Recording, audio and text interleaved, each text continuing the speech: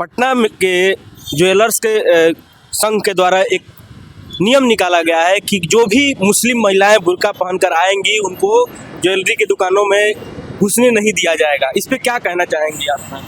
देखिए, जो इस तरह के बात इंसान बोला है, जो हिजाब और बुरखे पे इस तरह के बोला है, जो कि मतलब जो हिजाब लगाई औरतें हैं, जो चाहे बुरखा पहन के आ रही हैं, हम दुकान में नहीं आने देंगे, बैन लगाएंगे। तो वैसे दुकान पे मेरी महिलाएं थूकती हैं, वैसे दुकान पे लात मारती हैं, वैसे ज्वेलर्स की दुकान पे जो कि हिजाब और बुरखे पे उंगली उठाए। खबरदार, बुरखे और हिजाब पे आप उंगली नहीं उठा सकते।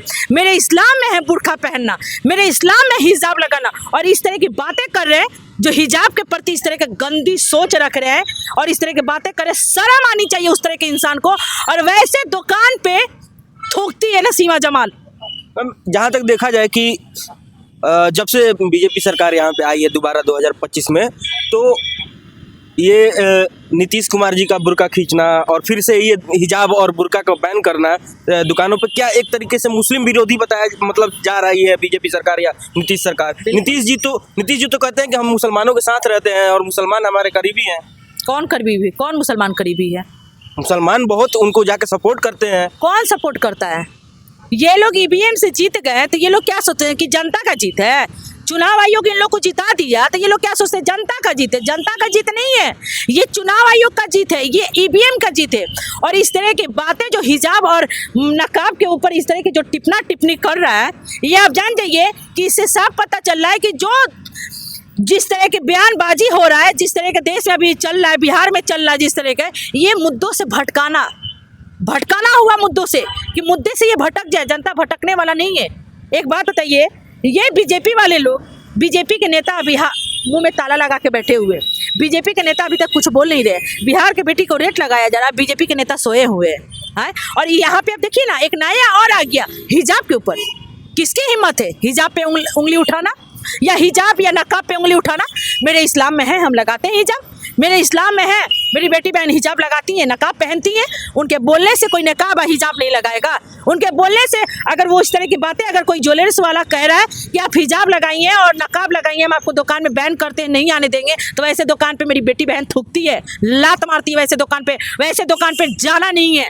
तो मैम, अगर ज्वेलर्स जब ये कह रहे हैं कि हिजाब पहन कर नहीं आइए, बैन लगा दिए हैं हिजाब पे और बुर्का पे, तो फिर क्या मतलब मुस्लिम महिलाएं हिजाब पहनकर ज्वेलर्स के दुकान पर नहीं जाएंगी? क्या उनके बोलने से, उनके टिप्पणी करने से मुसलमान बहन बुर्का लगाना छोड़ देंगी? मुसलमान बहन हिजाब लगाना छोड़ देंगी? खबरदार, आप उंगली नहीं उठा सकते हिजाब और बुर्के पे, बिल्कुल। और हमारी बेटी बहन लगाती हैं बुर्का, बिल्कुल लगाएंगी, लगाती हैं हिजाब, बिल्कुल लगाएंगी। उनके बोलने से हम लोग पहनना छोड़ देंगे? उनके कहने से हम लोग, इससे साफ पता चलता है कि आरएसएस माइंडेड वाले इंसान है वो सब। अगर जो इस तरह की बातें करे वो बीजेपी माइंडेड वाले इंसान है। इस तरह के हिजाब और बुर्खा पे कौन बात करता है? बीजेपी वाला ही ना बात करता है, आरएसएस वाला ही ना बात करता है। कभी नीतीश कुमार जी हिजाब खींच देते हैं, और अब देखिए नया आ गया कि हिजाब लगा के नहीं आना है। नहीं जाएंगे वैसे दुकान पे, नहीं जाना वैसे दुकान पे। पर हिजाब पे आप उंगली नहीं उठा सकते हैं, बुर्खा पे आप उंगली नहीं उठा सकते। हमको कोई रोक नहीं सकता हिजाब और बुर्खा पहनने से। तो उनका कहना है मैम कि मतलब हम लोग अपने सिक्योरिटी के लिए ये सब बैन कर रहे हैं, मतलब कोई चोरी ना हो, इसलिए हम अपने दुकान में सीसी कैमरा लगाए, अपने सीसीटीवी नहीं लगाए क्या? लगाए अपने दुकान पे।